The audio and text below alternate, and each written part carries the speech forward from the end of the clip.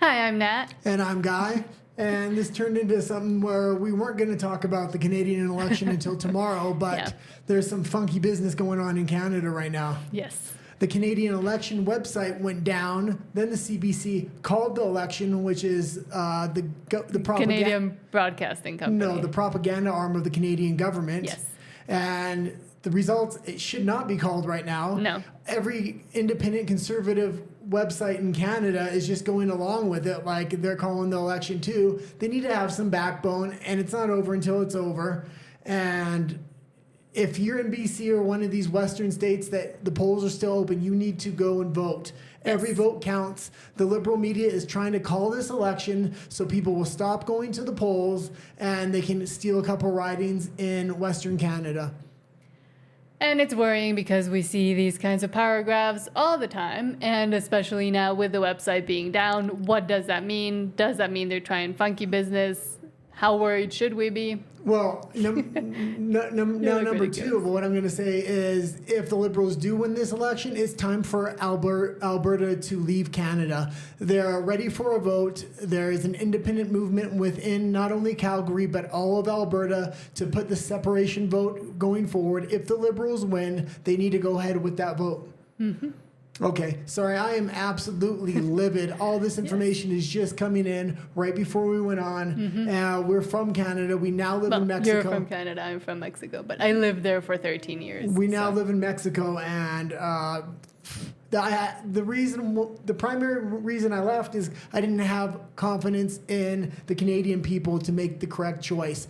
If these Liberals win this election, that will be the end of Canada. We can watch the destruction of it in real time. Mm-hmm. And that's what we're basically doing. Well, you got 15 minutes in Spanish. I'll let you get to it. Yes, let me just set something up quickly. Okay, let's go to your camera here. Hold on, this thing stopped working. Okay, lots of funny business to talk about all over the place. Pero, perdón, quiero empezar con algo que dije sobre lo que quería hablar el viernes. Pero como estaban varias cosas en el aire, todavía no quería hablar 100% sobre esto. Pero, déjenme ver rápido. Okay. Pero lo más importante ahorita que hay en México, que también pues vemos que pasó, y voy a hablar de mi experiencia personal viviendo en Canadá, sobre la reforma o la nueva ley de telecomunicaciones y radiodifusión, que ahora se les ocurrió a Morena y sus secuaces poner al aire y decir que va a pasar. Se aprobó en el Senado rápidamente y ahora las últimas noticias son que Claudia Sheinbaum intentó frenar para tratar de cambiar algunas de las cosas y cómo están escritas varias de las propuestas, pero de todas maneras es preocupante y es importante hablar sobre por qué es preocupante, los efectos que podría tener, lo que podría pasar a futuro y lo que a muchos de los que apoyan a Morena tal vez no se les ocurre que podría pasar a futuro si es que la democracia, como le llaman, continúa en curso y se vuelve ahora sí que una ley que los que no les caen bien ahora podrían controlar. Entonces, hablemos sobre todo esto. Y pues sí, la ley de telecomunicaciones, qué se podrá censurar y de qué dependencia tomaría la decisión, que son de las dos preguntas más importantes, en especial a cualquier persona que le guste o use YouTube o use redes sociales, justamente ahorita en donde estoy teniendo la oportunidad de hablar. Pero no solo se trata de YouTube, también X, Instagram. Si usas cualquiera de las redes sociales, esto te incumbe también si es que se aprueba y pasa no solo de la forma en la que está, pero aún con todos los cambios que le quieren hacer. ¿Quién los va a leer? ¿Quién se va a asegurar de que son cambios que son significativos y que le impedirían al gobierno seguir adelante con el tipo de censura de la cual muchos están preocupados?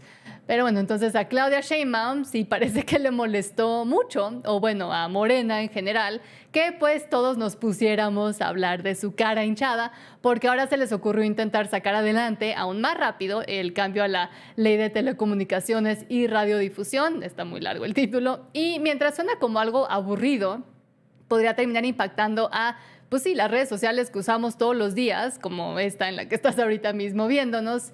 Y pues antes de seguirle con la noticia, quiero aclarar algo, porque en el video que hice sobre el Botox de Claudia Sheinbaum llegaron muchos, llamémosles, personas que apoyan a Morena y a la presidente a decirme que yo le voy al PAN, que yo le voy al PRI, que alguien me está pagando para hablar mal en contra de la presidente. Y pues no, Guy y yo y los canales de Nathan the Guy, este en español y el que tenemos en inglés, somos 100% independientes y no nos paga nadie más lo poco que ganamos de los anuncios que YouTube pone en nuestros videos como creadores de contenido.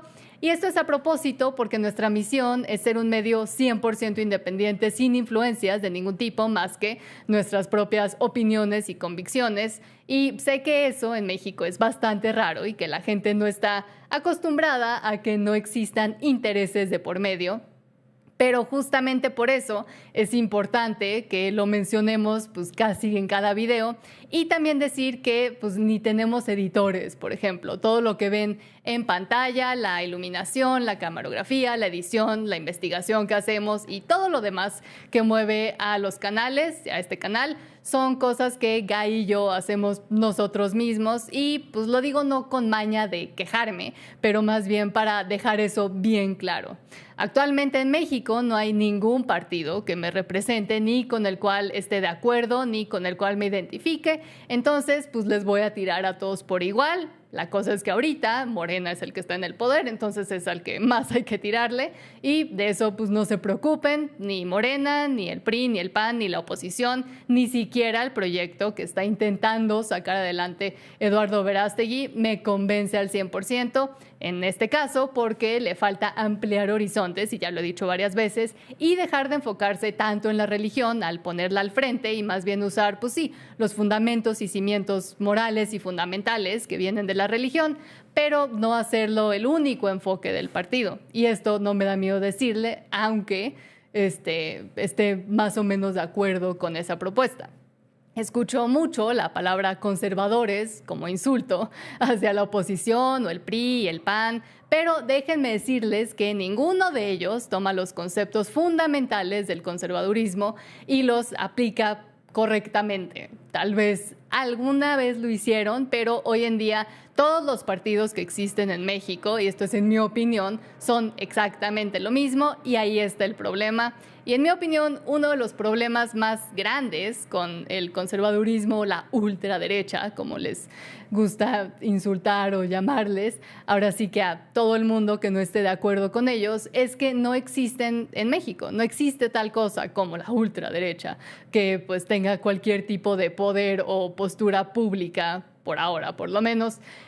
Parece que a todo el mundo por acá se les olvidó lo que significa realmente ser conservador o quién es un conservador realmente, que no solamente tiene que ver con la religión, pero más bien los conceptos iniciales y fundamentales del conservadurismo es luchar por tener un gobierno más chico, con menos poder de hacer lo que quiera y con menos burocracia y reglamentos que entorpecen la verdadera democracia y la libertad de los ciudadanos. Y aparte, en el siglo XXI, pues en esta última década en específico, el concepto y lo que se entiende por conservador en el resto del mundo ya no es lo mismo que en siglos pasados. Y se confunden muchos todavía, y todavía quedan muchos que creen que sigue siendo lo de hace décadas. Muchas de las metas fundamentales hoy en día de quienes quieren silenciar esta nueva ola de conservadurismo al llamarles ultraderecha o peligrosos, se apegan más a conceptos del liberalismo clásico de otros siglos, que es lo que nos inventan los medios tradicionales y quienes están en contra de estas ideas. Entonces, hoy en día el conservadurismo, la gente que es conservadora de a de veras, que en mi opinión no existen figuras públicas en México realmente que se apeguen a estos nuevos conceptos que han surgido. Todos estos conceptos, muchos de ellos son tomados del liberalismo clásico, como se llama, que no tiene realmente mucho que ver con los liberales, pues, pero todo el mundo siempre se anda confundiendo. Entonces, pues siéntanse libres de insultarme si quieren. Yo no pienso ponerme a censurar como y muchos otros gobiernos alrededor del mundo, pero insulten las ideas y también sabiendo desde dónde viene mi opinión, mi postura, y que no estoy apegada a ningún partido, porque no existe ningún partido que me represente en México o con el cual estoy de acuerdo al 100%, siquiera al 50%. Y créanme que existen muchos como yo en México, pero que no quieren o pueden hablar esto de la misma forma en la que pues yo puedo, porque no estoy apegada justamente a nada. Ahora, de las cosas que más me importan y de las cuales por las cuales siempre pienso luchar, es la libertad de expresión en su máxima expresión. O sea, que todos puedan decir y opinar sobre lo que quieran, como quieran y cuando quieran.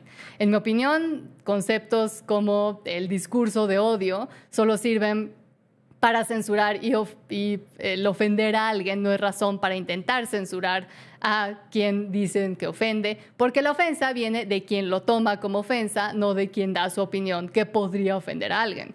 Con estos nuevos cambios a la ley de telecomunicaciones y radiodifusión, el gobierno actual quiere continuar su lucha por dominar, ahora sí que todos los poderes que normalmente deberían de ser y estar separados y ser independientes del gobierno, porque son lo que mantiene los controles y equilibrios en una sociedad democrática. Sí, quienes están en el poder tienen el control tanto del poder ejecutivo como el legislativo y ahora, preocupantemente, también del judicial. Quiere decir que pueden hacer lo que quieran sin que alguien o nadie les ponga un alto. Aquí es donde entra la importancia de los medios, periodistas, investigadores, reporteros, que deberían tener la libertad de ser 100% independientes y no depender de nadie tampoco, para investigar, destapar y hablar en contra del gobierno y de quien sea, para informar a la ciudadanía honestamente, y que así los ciudadanos puedan formar su propio criterio, su propia opinión sobre quién los gobierna, porque no olvidemos que se supone que el gobierno trabaja para sus ciudadanos. Son de cierta forma pues nuestros empleados y por eso votamos por ellos, no para que hagan lo que les decimos, pero para mantener nuestras libertades y nuestros derechos intactos y no para darnos dinero del bienestar ni comprar nuestros votos y así votar nada más porque nos conviene, pero más bien para asegurarse de que el país funcione para quienes viven en él y pagan impuestos. Hace unos días, el Senado de la República aprobó rápidamente los cambios y reforma a la Ley de Telecomunicaciones y Radiodifusión en México. Según estos, se les ocurrió este cambio y se les ocurrieron los cambios por el anuncio del gobierno de Trump advirtiéndoles a quienes quisieran cruzar la frontera de forma ilegal las consecuencias de hacerlo dentro del país, dentro de Estados Unidos. Y este anuncio terminó saliendo en televisión abierta en México, cosa que hizo que Claudia Sheinbaum pidiera que se quitara el anuncio y se hiciera algo para que no volviera a pasar. De ahí surgió la idea de reformar, etcétera, y continuar con las ideas que ya se habían planteado sobre la reforma esta misma. Para esto logró que el Senado aprobara el cambio en sentido de que no se pudiera difundir en medios propaganda política de gobiernos extranjeros, que pues, ni influencias por parte de gobiernos extranjeros a la política interna del país, que también, muchos países tienen eso, a excepción de anuncios de turismo y culturales, obviamente. Pero dentro de todas estas propuestas, también habían otras que quién sabe cuántos de los senadores que sí quisieron aprobarla lograron leer, porque son como 200 páginas antes de aprobarlas, donde, por ejemplo, según el artículo 109 de esta nueva ley, reforma, el gobierno se da permiso a sí mismo de bloquear plataformas digitales, o sea, redes sociales como Instagram, Facebook, YouTube, Twitter, TikTok, X, etcétera, si incumplen con las normativas provistas, pero no especifican qué quiere decir esto, o sea, que lo dejan al criterio de la agencia encargada de revisar todo esto, que ahora sería la Agencia de Transformación Digital. No sé por qué les encanta ponerle nombre de transformación a todo, cuando en realidad lo que están haciendo es deformando todo. Y esta agencia es un organismo creado por Claudia y sus secuaces que han demostrado ya varias veces quiénes sí y quiénes no les caen bien. si no están de acuerdo con algo que se dice sobre el partido, sobre el gobierno, sobre ellos mismos, podrían rápidamente no solo desaparecer a esa persona, a quien comunica eso, pero a la red social por completo. Entonces, espero que quienes apoyan a Morena estén felices de vivir sin su Facebook, sin su YouTube, sin su TikTok, sin su X y otras plataformas que usen, donde pueda haber personas que critiquen al gobierno, como yo. Obviamente, esto va completamente en contra de la libertad de expresión y demuestra el miedo que le tienen a la verdad y a la opinión de sus propios ciudadanos. Y no es como que no hayamos visto que esto pase en otros países que normalmente consideramos dictaduras, como Venezuela, como China o hasta países que antes se consideraban ejemplares, como Australia, el Reino Unido, y donde ahora, por ejemplo, en el Reino Unido, van a tu casa a arrestarte si dices algo que no les parece en una red social, o si dices algún discurso de odio. ¿Quién determina qué es el discurso de odio? Pues ellos mismos. Y también un lugar que yo conozco muy bien, porque viví ahí durante 13 años, que es Canadá. Justamente por esto quiero seguir investigando y hablando en contra de esta nueva estupidez que se le ocurrió al gobierno mexicano, aunque no lo crean, en Canadá los medios más grandes y tradicionales pues están completamente subsidiados por el gobierno, donde nunca se les ocurriría decir nada negativo en contra de los liberales que ahora actualmente están en el poder, y parece que gracias a las elecciones del 28 de abril que terminaron o están terminando justo ahorita, seguirán en el poder, ahora con alguien aún peor que Justin Trudeau, que se llama Mark Carney, y hicimos también todo un video sobre este señor. Por ejemplo, en Canadá han aprobado leyes que igualmente censuran a los medios, particularmente a los medios independientes, a través de la censura a redes sociales. Uno de los ejemplos es Juno News, otro se llama Rebel News, que han tenido muchos problemas con el gobierno tratando de censurarlos y varias veces pues pudiendo censurarlos de cierta forma, no dejándolos entrar a debates, por ejemplo, electorales, etcétera. Y donde varias plataformas mismas, como Facebook, como Google, como Meta en general, han salido a tratar y YouTube, han tratado de salir de luchar en contra de todos estos tipos de leyes en Canadá y allá se les ocurrió usar la excusa de seguridad para los ciudadanos y discurso de odio para poder deshacerse de quien habla negativamente de cada idiotez que hace el gobierno canadiense. Y es muy fácil decir, no, es que ofendieron, no, es que no sé qué, y todo taparlo a través de que es por la seguridad de la gente, es por la seguridad de los ciudadanos, es para que no haya discurso de odio, desinformación, a su visto, lo que sea desinformación, etc. Y hace mucho tiempo todavía, y siguen videos en este mismo canal donde hablé varias veces sobre estas leyes, como la ley C11, la ley C18, la ley C63 y la ley S210 de Canadá, donde se hacía pues muy parecido a lo que se está ahora planeando hacer en México, y una de las razones por las cuales nos fuimos de Canadá para poder seguir con este proyecto. Y ahora, aunque Claudia ha dicho que planean frenar la reforma para cambiar la redacción sobre los segmentos pues, que más le preocuparon al público en general sobre las plataformas digitales, siguen en el aire estas redacciones y aclaramientos y aclaraciones que quieren hacer, de los cuales pues no han hecho ninguna todavía, por lo menos al día de hoy. Y también el día de hoy se manifestaron varios frente al Senado, pero lamentablemente muchos fueron vestidos de rosa, a manera de la marea rosa, que creo que debería haber sido pues una protesta completamente apartidista, porque nos afecta ahora sí que a todos los que consumimos y los que publicamos. A los que apoyan a Morena o a la nueva ley les diré lo mismo que dije cuando se propusieron y aprobaron este tipo de leyes en Canadá cuando hice esos videos.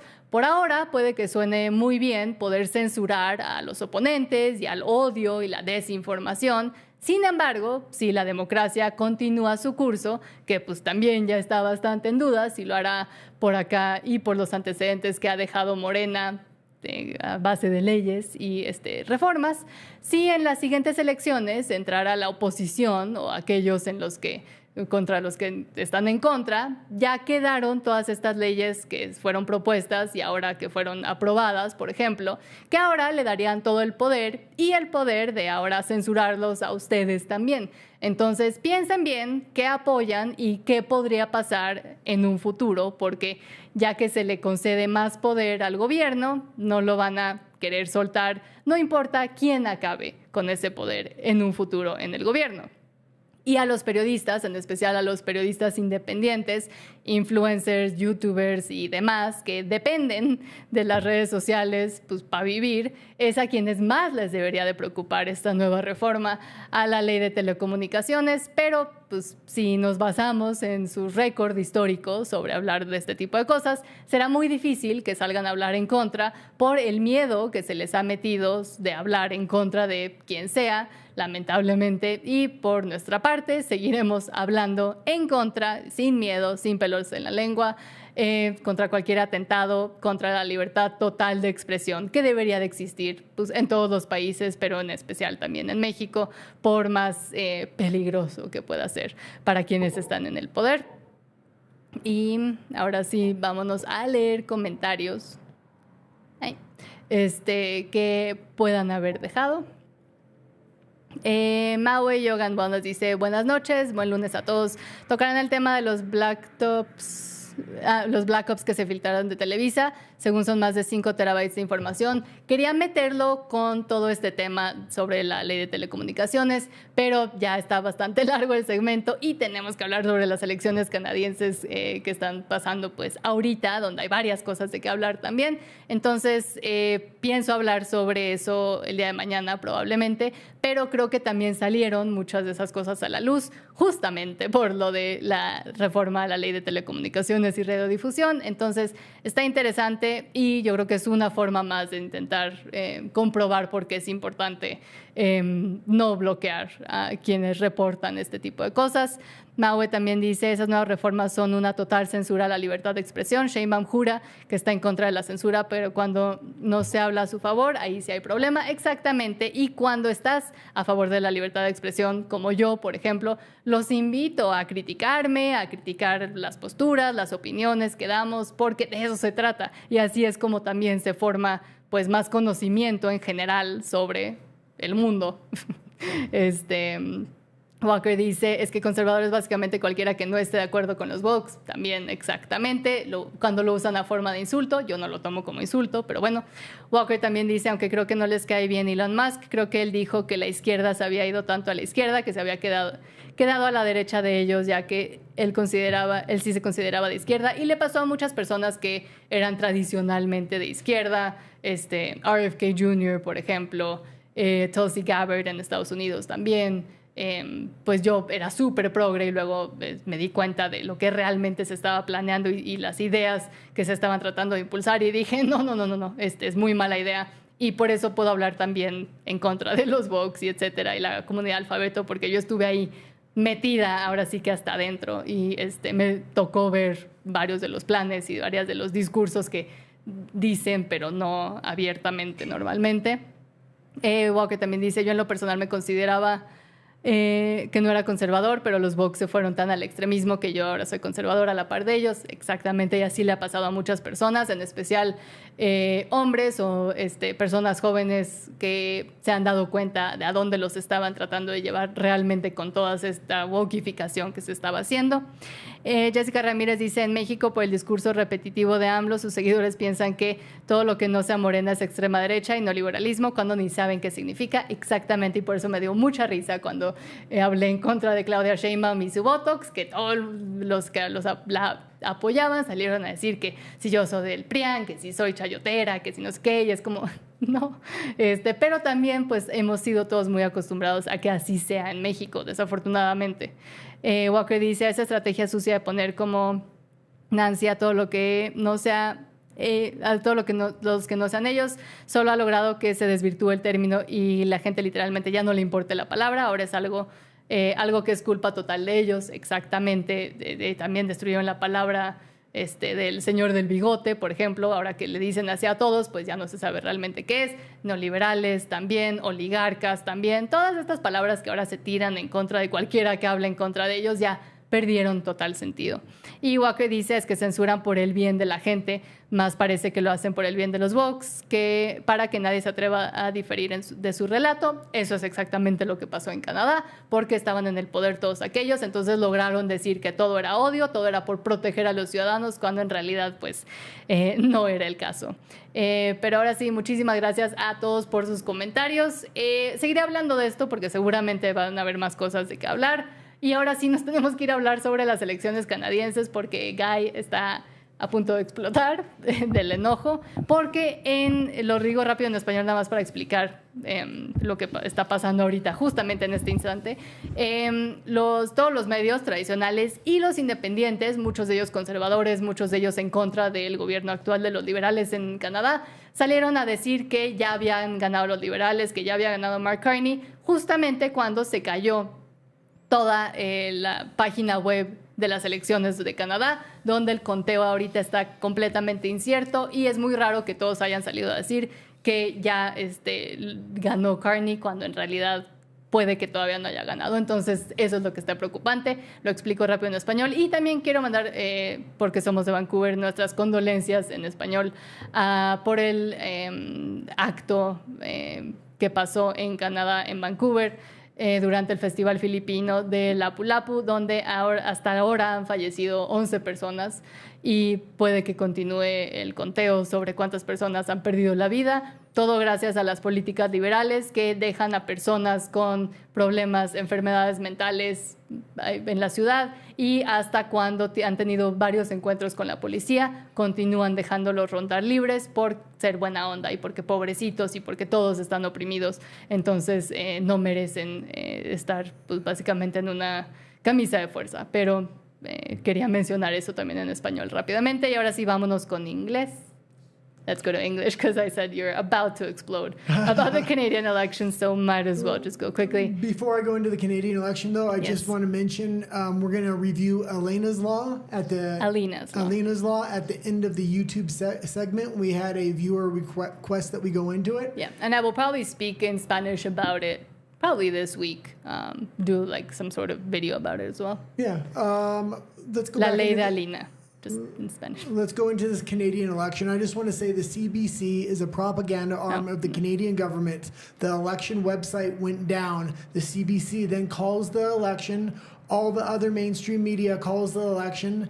And then all the independent media just goes along with it.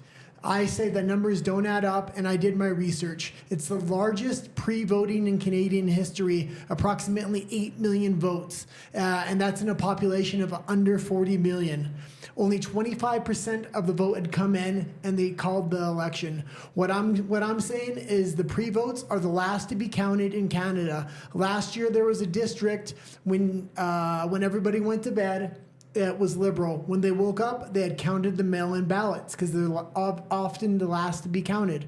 So when those 8 million ballots get counted, I'm going to say the Liberals may not win this election, and I'm still very confident it's the Conservatives to lose. So even though every source, independent and mainstream media, has now called it for the Liberals and Mark Carney, I do not believe it, and I will keep watching until midnight or however long it takes them to have the vote. And just mark my words, I am the only source that I know right now that is not calling it for the Liberals. Yes, and I mean, on this website, the live election results were actually stalled. Everything was blank.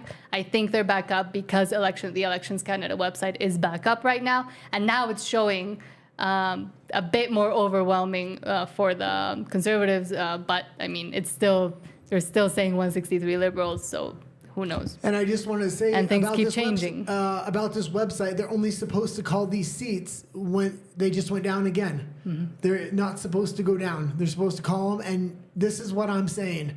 I did my research, and my research said this was the largest pre-vote in Canadian history. They don't count the pre-votes until the end. Why is that important? Because Conservatives en masse, when they were polled, indicated that they were going to pre-vote in case some funny business happened on Election Day. And now it is apparently happening. And also Conservatives indicated that they were very likely to go out and vote. They weren't going to stay home. So this means the pre-voting should be heavily in favor of the Conservatives. This is why I am not calling the election. I do not believe it until all the seats are in and until the morning. All the votes need to come in. And especially with the website going down mysteriously just as polls are closing, independent sources also now saying that they should call it for the Liberals. Everything's starting to move in a bit of an iffy direction, and also just in case it's way closer on the seats than they even thought it was going to be. So I just no. And just in case nobody knows what colors each thing is, the Liberals is Mark Carney. They're in red, so it's the opposite as in the U.S. Conservatives are the deep dark blue, which is Pierre Poilievre. So it's just switched from the colors from the U.S., so it's a bit confusing sometimes. And I just want to say Canada is a huge country, so the votes come in from East Coast to West Coast. The East Coast is highly liberal. If the Conservatives could make it close on the East Coast, which they have now done, they are expected to win the election. And the fact that the CBC called the election, the government website went down, and now the seats are a lot closer than I think a lot of people thought they would be. I don't know how they're calling this election. And in case, I mean, we do have a lot of viewers from Mexico, from Latin America. You don't know the way it works in Canadian elections. It's not like what you might be used to. It's a parliamentary system, which means that when you go vote, you're actually voting for your riding and for who's going to be your representative. And that's where you vote Liberal or Conservative for whoever that person may be. And then they get a seat in Parliament, and that's how, be them Conservative, Liberal, NDP, Green Party, etc., whatever that seat may be, goes to either Mark Carney or Pierre Poilievre, so to either the Liberals or the Conservatives, and then from there, it's actually basically first past the post, so whoever gets the most seats is also now the Prime Minister. They're looking to get to 170. First to 170, but it looks like they're calling seats when... To 172. 172, but it looks like they're calling seats before all the votes are counted because the seats keep going down. Yes, and you might say, well, I see a lot of blue on the map. Why don't the Conservatives have more seats or whatever? And it's because the ridings are based also upon how much... Based on population, how many people there are. So basically Ontario, Toronto, Vancouver, big cities will have mostly red seats. Okay, let's keep going into the next story. And a lot of the next story is going to relate, and that this is exactly why I put this story in. When we were reviewing the stories earlier, you said, is that really an important story? Do we need it? And I said, yes, we need it. But we will just quickly mention, since we are lived in Vancouver, me 13 years, guys, Canadian, the suspect charged with the ending of the life over Vancouver Filipino Festival car ramming. Police say victims were aged 5 to 65. There was a horrible incident that happened. We'll talk more about this tomorrow. But we just want to send our condolences to Vancouver, to anybody affected, and just mention it since, I mean, we could have been there. Let's get in the next story here. We have the BBC. Yes. That's the British broadcasting company. Yes, so BBC Bullying Review finds no evidence of toxic culture, but says behavior of small number of individuals disproportionately affects reputation and morale. The BBC is a British broadcasting company, the biggest media in the United Kingdom. Okay, and this is a case of, sorry, I got these funny glasses on, my eyes are starting to go on me, so I want to flip them up and down. But the BBC, this is a case of the BBC being a government entity and the government investigating its own propaganda arm, and they didn't find anything suspicious. What a surprise. Going into that, though, every single television that's sold or anybody that watches BBC on the internet or on TV is charged a $175 licensing fee every year. It's mandatory, and this is like a BBC tax. Yes. It's literally the citizens being forced to fund their own propaganda. Yes. So, for example, this is from the UK government. It says TV license. You need a TV license to watch or record programs on a TV, computer, or other device as they are broadcast, and to watch on-demand BBC programs on iPlayer. The standard license is £174, 58 for black and white TV sets for both home and businesses. So everybody in the UK has to pay this licensing fee, which is basically a tax. They say that it is to support the BBC, but, and as we know, I mean, a lot of these media in both the UK, Canada, Australia are subsidized by the government. And this is, we're going to kind of get into, other regions. And Canada is one of those regions. And we have an election tonight. And it just happened. The propaganda arm of the Canadian government, which is the CBC, gets $1.4 billion per year. Not every 2 years, not every 3 years. Every year, that one television station receives $1.4 billion. Mm-hmm. When this new Liberal candidate came in, he promised another 7 figures to them before the election. Yes. And now they're calling the election before the votes are even counted. And what the Conservative, which is Pierre Poilievre, wanted to do is essentially stop the flow of money to media, especially state-sponsored, basically, media, because, I mean, it's obvious that you can't have liberal democracy if the citizens cannot get both opinions and get actually informed. The CBC, CTV, a lot of other traditional news sources in Canada are well known for having biases and not being even quiet about those biases. And we also saw it, and we talked about it during the debates, where independent media was essentially pushed and shoved, literally and figuratively, out of the debates for asking questions that weren't allowed to be asked of the candidates. Yeah, well, in this Canadian election, let's put it simple. We had one candidate that is in power and is literally funding the propaganda arm, which is the CBC, to the tune of 7 figures right before an election. The other candidate is literally campaigning on defunding them. That would mean a defunding of $1.4 billion they would no longer get annually. Mm-hmm. So the fact that they're calling an election right now doesn't surprise me at all. I don't think that election's over. So I'm really hoping I have an I told you so in the morning, because nobody else is saying what I'm saying right now. And I mean, here, just quickly, you can see a government line is in pink about how much the media in Canada is subsidized, the CBC specifically for this chart. But also, I mean, we did have some comments, for example, Jessica Ramirez saying this exact same thing happened in Mexico when the system failed. And it was during when Salinas won, for example. That's an example. And Walker also says from El Salvador, something similar happened here in my country in the 2014-2019 presidential election. The election was tied, but the system and power went out. When all was restored, the left party had already won. It happens a lot, let's just say. In a lot of countries, it is a tactic used, other than also controlling and fudging mail-in voting, which might also happen, and trying to also not disturb, but like change the polls and make funny business with the polling as well. Well, I've been watching Canadian election news all day. This is a huge day. I really hope the Liberal government doesn't come into power, because even though I've already left the country, I don't want to see the country completely destroyed. Mm-hmm. That being said, what was I going to go into here? So with the BBC,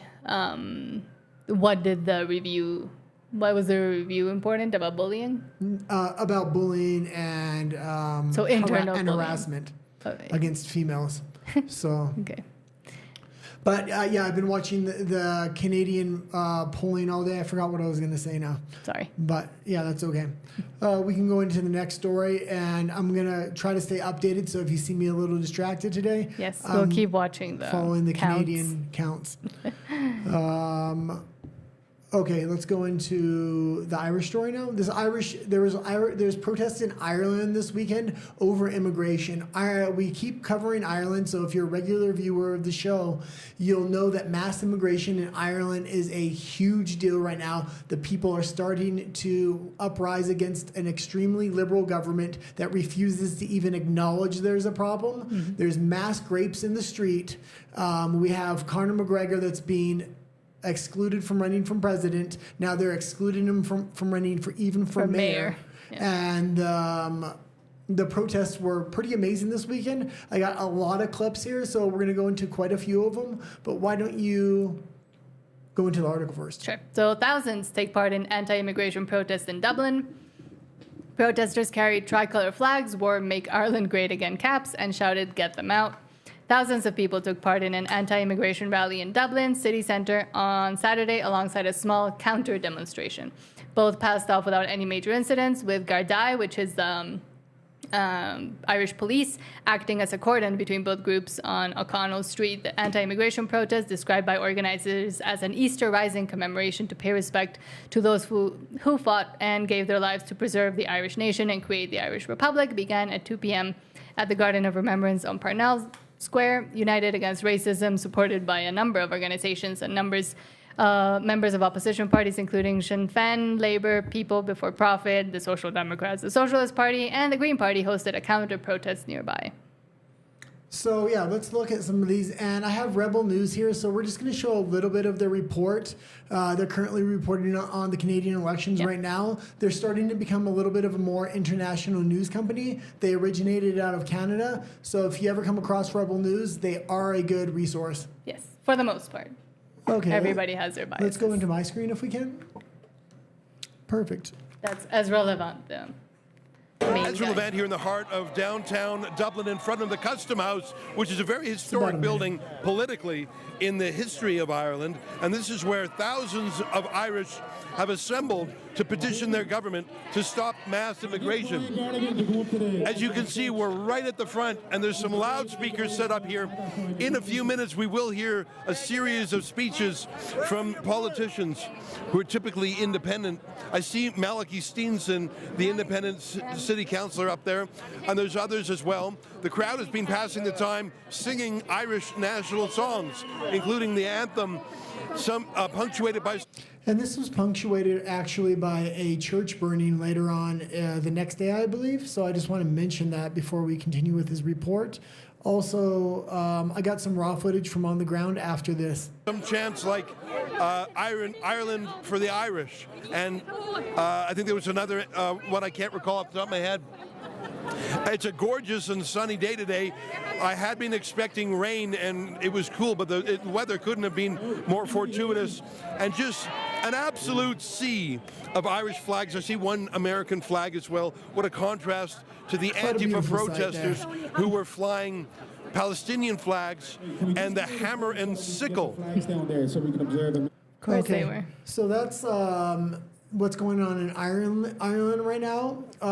It's getting to an absolute boiling point. And before this protest last week, there was major Christian protests in the street protesting the influx of Muslim immigration. But this week it has got a lot less of a religious undertone and more of a nationalistic undertone, which is good to see because it's a much bigger crowd. And you're going to be able to see the size of this crowd in this next scene here. 1 second, let me go tangled in my headphones.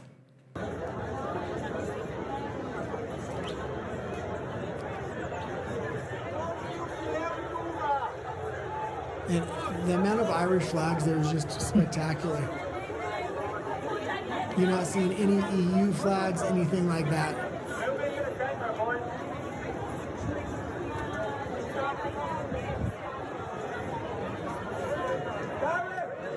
And this is going to force the government to really at least acknowledge that there is an immigration problem happening in Ireland. And they're really invading the countryside of Ireland and building mass public housing and trying to build a new culture around these immigrants. Mm-hmm.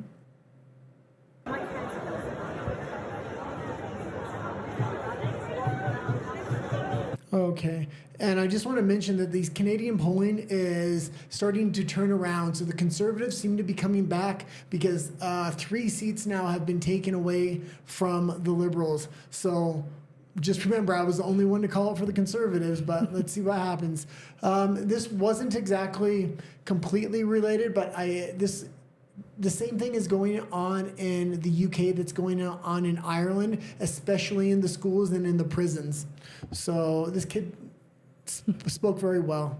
In schools, they're pressuring us to learn about Islam and learn about the people that are coming over. I don't want to learn about that. I want to learn about my culture, my beliefs, and I'm proud to be English.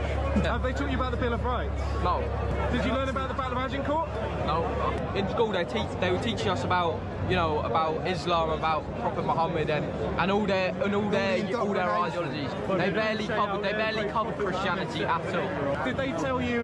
Well, church and state should be separate. That's what I said. And the fact that they're trying to force Islam into the school and saying, oh, it's about unity, but we can't cover Christianity. And the kid himself wants to learn about his own culture. And also, this is why so many young people are kind of fed up and rising up, because they've been fed all of this in schools for years and years and years now, and now they're starting to realize the lies they've been told and what information has actually been hidden from them, and how it starts to become and look more and more like an agenda pushed by their own government and their own schools. Okay, let's continue with About this. how he was a warlord who brutally murdered Well, people. they wouldn't say any of that. And when I tried to stand up and say that some of them things, I would get in trouble for it. Suspended from school because apparently I was being racist. I wasn't. I was just trying to, You're questioning, questioning an ideology. Yes, I was questioning the ideology, and in my opinion, it's not the right ideology. They're trying to take away my free speech in school. They're trying to silence me in school, to suspend me from school for, trying to stand up and discuss stuff about Islam, the wrongs of it. And you can just imagine if they're trying to teach Islam in school and people have questions about the Prophet Muhammad potentially being a warlord or Doing bad things. doing bad things, promoting bad things, and them questioning it. Imagine the backlash amongst the Muslim community if certain students are questioning it, because if you even draw a picture of the Prophet Muhammad, they will come after you and try to kill you. But end your life. And end your life. Okay, let's go into, I got a couple more scenes here. وين منارة تسقيق الرش وين منارة شرف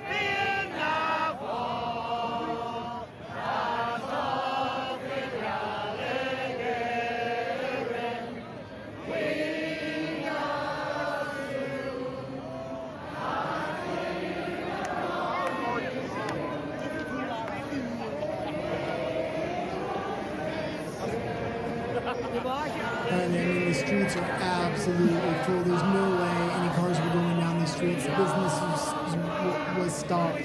Dublin was brought to a standstill on this day. And one more scene here.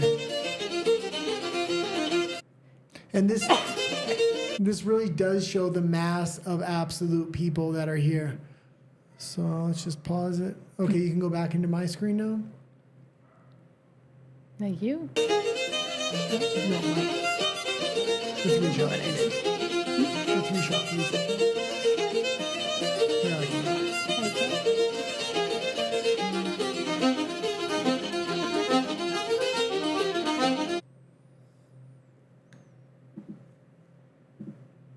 There you go. Okay, and I got one last clip here, and sometimes you need a little bit of crazy in the country in order to get things done, so even the crazy people are fed up with immigration. And I'm sorry if this guy's a little bit hard to understand, but this gentleman, I should precursor this, he was arrested, and he did not do anything wrong. He was arrested for his speech, and his speech wasn't even that radical. But the government is so scared of this uprising right now in Ireland and in the UK that they are arresting people for memes. Yep. So I can only imagine how long they're trying to sentence this guy for. This is a line that you see on. Tell everybody, keep everybody informed. Boys, this is only a start of what's to come here. This is not going to be easy. This is going to be hard. We're all going to have to do things we're not going to like. Yeah? Yeah, for the kids. Right? This is what you're on. The kids, the future of this land. This is not a joke, folks. This ain't no joke no more. What they're trying to do is destroy your rights. You understand that? They're trying to destroy what we are, everything that we are and became. I'm on this planet 40 years. I've never had to worry about race around. I have. You've never had to worry about race. But now they're turning the tides on everybody. You see what they're doing? We had a young girl over beside the back of my house in Barnville there, in the hotel, behind the hotel, dragged in behind the hotel and raped.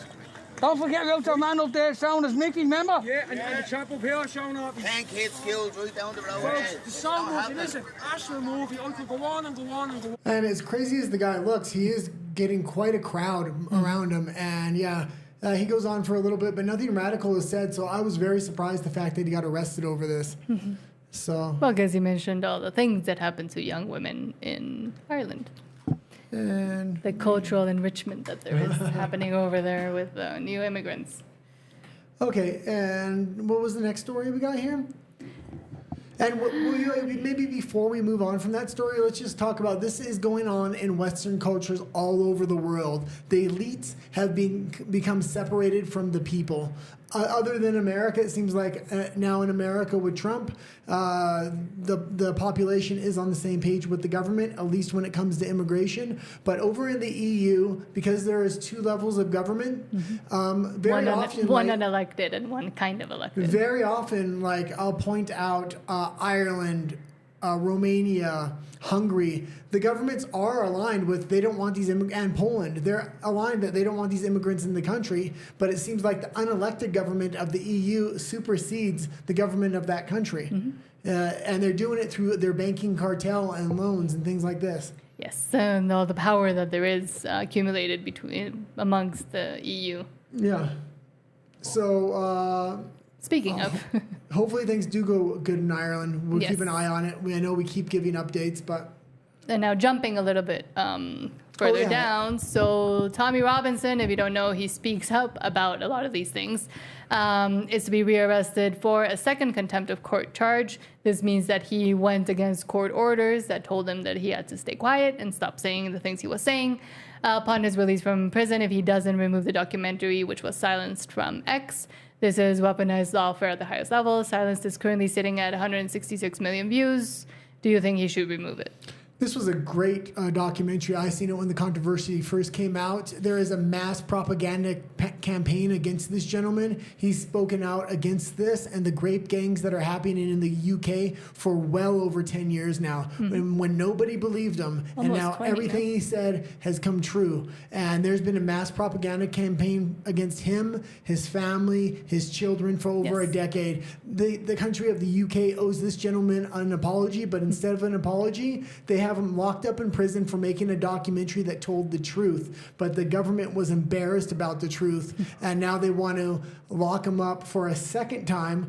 He's already locked up. They're saying they're going to keep him locked up and give him a whole new sentence. And again, Mexico, this is why it's important to keep freedom of speech alive. Yeah, because then these things start kind of trickling down, and then you get arrested for saying something that's true, but that is uncomfortable for the government. And that's kind of why the Canadian elections, the media story you talked about in Spanish, the BBC story, all these things are interconnected. And when you lose freedom of speech and start hate speech laws and compelled speech laws coming in to try to silence people for speaking the truth, you're in good danger. So the first kind of indication of this in Mexico is now what you were talking about in Spanish today. Yes. And again, like, it's very easy to go from, oh, this is a good idea, maybe like, yes, hate speech, people being offended, certain things shouldn't be said because it offends. It goes to, oh, let's go arrest people because they're talking about a real problem that's happening in the country, but now they can't. And in Mexico, I mean, it could be much worse than just arresting. Yeah. I'll just leave it at that. Yeah, and I just want to say, if you have heard of Tommy Robinson and you're not into a lot of politics, you may have the wrong idea of him. I do recommend going to watch his documentary, Silenced. It's a little bit older of a documentary. He withheld actually releasing it for a long time. When he did release it, he knew there would be consequences, and he did it anyway because it was time for a change in that country. And he got arrested for it. And he served his time. And now that's not enough time for him. Yes. Because he could easily lead that country. He is keyed up to become a major political figure if he is released from prison. So... And that's what they're scared of, too. Yeah. The influence people can get over social media is so impactful and can actually make a change. And they've seen him make changes in other countries or in their own country that now they have to fully silence, remove from society those people that just tell the truth. Yeah, and it's funny. He comes from a small town in the UK. I forgot the name of it. Do you remember? Yeah. Anyway, the town he is from has it's almost like a government psyop had happened there. The most amount of, I guess, terrorists within the EU have emerged from this one small town that this gentleman is from. Another person that you may know that's from the same town is Andrew Tate. So it's very funny that Andrew Tate, who is a Muslim, and Tommy Robinson, who's a Christian, very often align and talk about the same thing and talk about how the government is taking advantage of the people. But let's keep going. Let me check on the election results. Yeah, I was going to say, so Liberals went down a little bit. They were at 162. They're at 160 now. Conservatives are at 151. Last time I checked, they were at 149, I think. And I just want to make it clear here, the longer the election goes, the better for the Conservatives. So the fact that they try to call it, they were trying to rig this election. It should have never been called. The later this goes, the more Western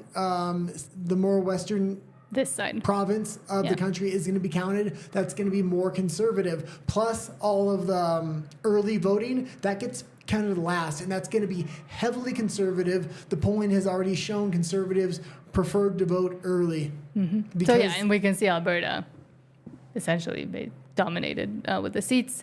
The ones in light blue are like not yet fully. They have a lead in, but they haven't won it. I don't want to get ahead of myself, but I'm starting to feel a whole lot more confident. I'm glad I stuck to my guns here. I still think that they're going to try to manipulate. It's still going to be Carney, in my opinion. I don't think so. No matter if they can actually win, it's still going to be Carney. Nat, grow a backbone. I don't want it to be. I'll keep complaining about it, but. So Walker says, I really hope the next pope is from Africa because wokes don't lead us to respecting everyone's beliefs, but rather to what's happening in Europe with such extremist religions. And let me talk about that real quick. Yeah, I hope the African Pope is elected as well. There could be some funny business happening. I've talked about this. The African Pope is currently almost 80 years old. In approximately 30 days, he is going to turn 80. If they don't start the conclave within that 30 days, then he'll be excluded from being nominated. I believe they already announced when the conclave is happening but today. they're supposed to have the conclave has to happen 15 to 20 days after the Pope's death. So it's happening May 7th. It starts. Supposedly. It starts. They could have some kind of dramatic delay. Yes, they announced that today. Yeah. And also, just quickly, in the conspiracy theory world, a lot of people are saying that I believe it was Nostradamus, one of those predictors from the past, said that whenever there is, I believe it was like either a Jesuit or something like that Pope, which is succeeded by a Pope from Africa or a black Pope, then the next one, like the apocalypse, will begin after that. So I just keep seeing people talking about that. There's a lot of rumors that the next Pope was foretold to be the anti-Pope, so we'll see what happens. They also said about this. They said there the same is about a this lot of one. good candidates right now. There's I can't remember his name, but he has a very funny name. It's like Pizza Rama or something like that. Yeah. So he's a good choice as well. He's a conservative candidate. The Pope from Hungary is a conservative candidate. The Cardinal. Yeah, Cardinal. There is a lot of possible conservative cardinals that are up to be Pope. The issue that we're going to have is the last Pope that just passed away has absolutely stacked 87, I believe 83 or 87 cardinals. That's almost 2/3 of the vote they need. He's basically brought him up to cardinalship. Yes, Walker also says, although I'm not really very religious, nor do I go to church, I increasingly see that destiny is forcing us to make alliances with Christians and Catholics, yes. Yeah, definitely. Essentially, because it's the only thing that still has some sort of like backbone and some sort of moral compass of some sort. I'll just say this, I really think that if Christianity can find itself again and Catholicism, then the new battleground is going to be between Orthodoxy and Protestant churches.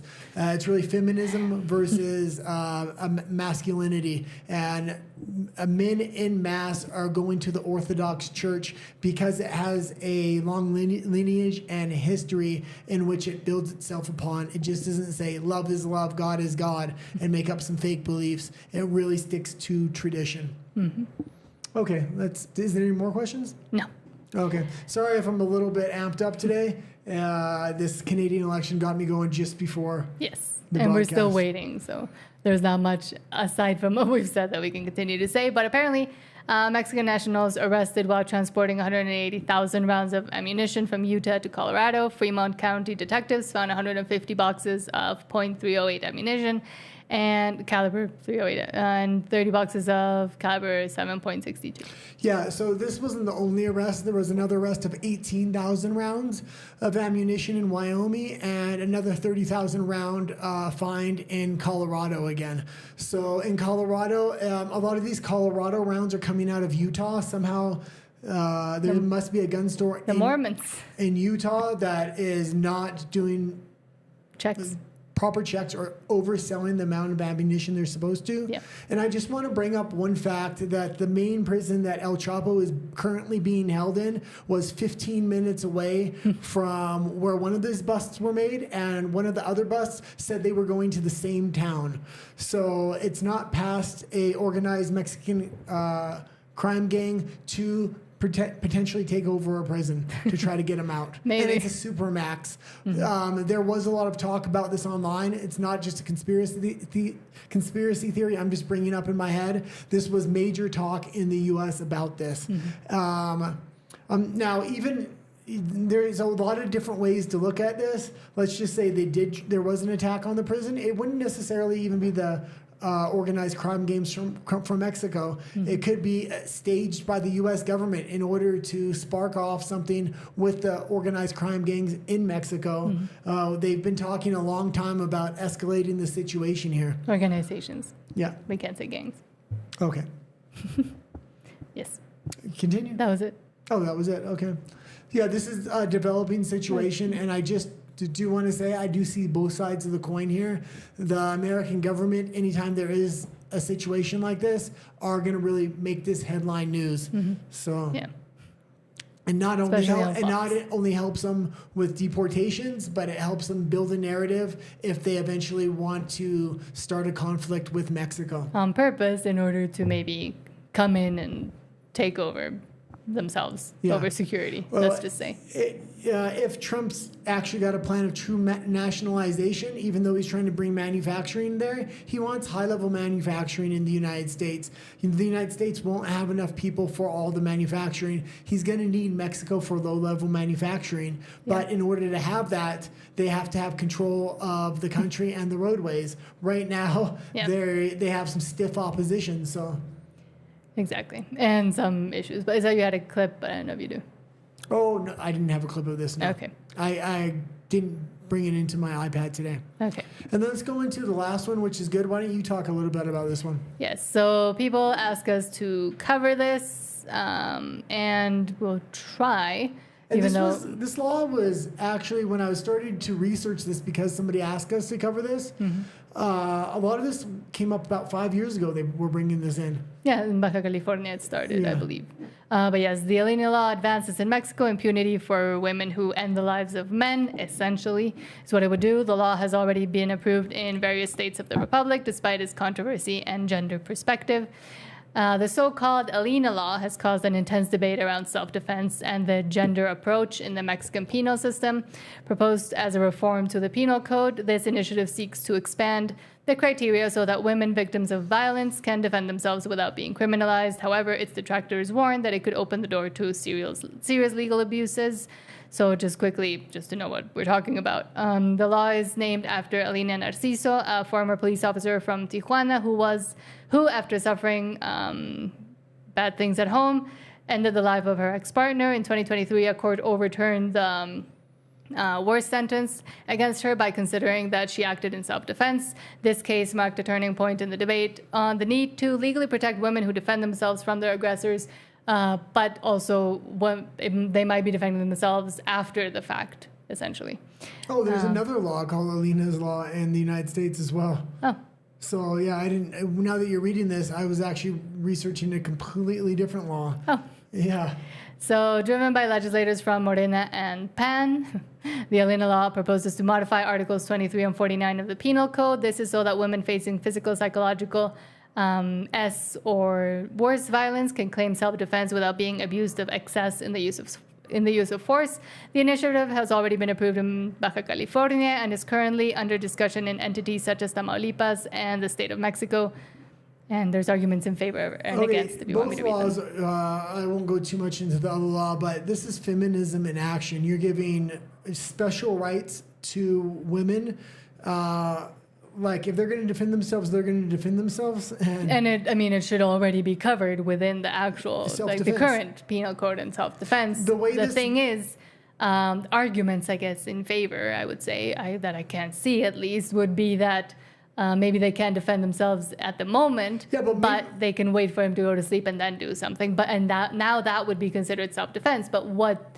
Oh, you're spending time justifying this. I'm not justifying. I'm trying to explain. We need to go into the vague language in which this law is based upon, because it's saying when they feel threatened. So if it's based upon somebody's feelings and things like this, the language in this law can be easily expanded. So people. And also, it's not like through Me Too and a lot of these feminist movements, we haven't seen false accusations. So maybe like if the person's life has ended, he can't defend himself and justify himself according to law, and now she's walking off free, even if there maybe wasn't, actual bad things happening to the woman. The law needs to be very clear, very black and white, and this law is not very black and white, and we've seen what wokeism has done to the law when they try to bring in laws like this. They try to make them very vague so the liberal judges and liberal prosecutors can really dictate the law how they see fit. Well, now it's all going to be Morena's judges because they took over the judicial power. But also, the main thing is we're supposed to be equal under the law. This completely takes away that equality.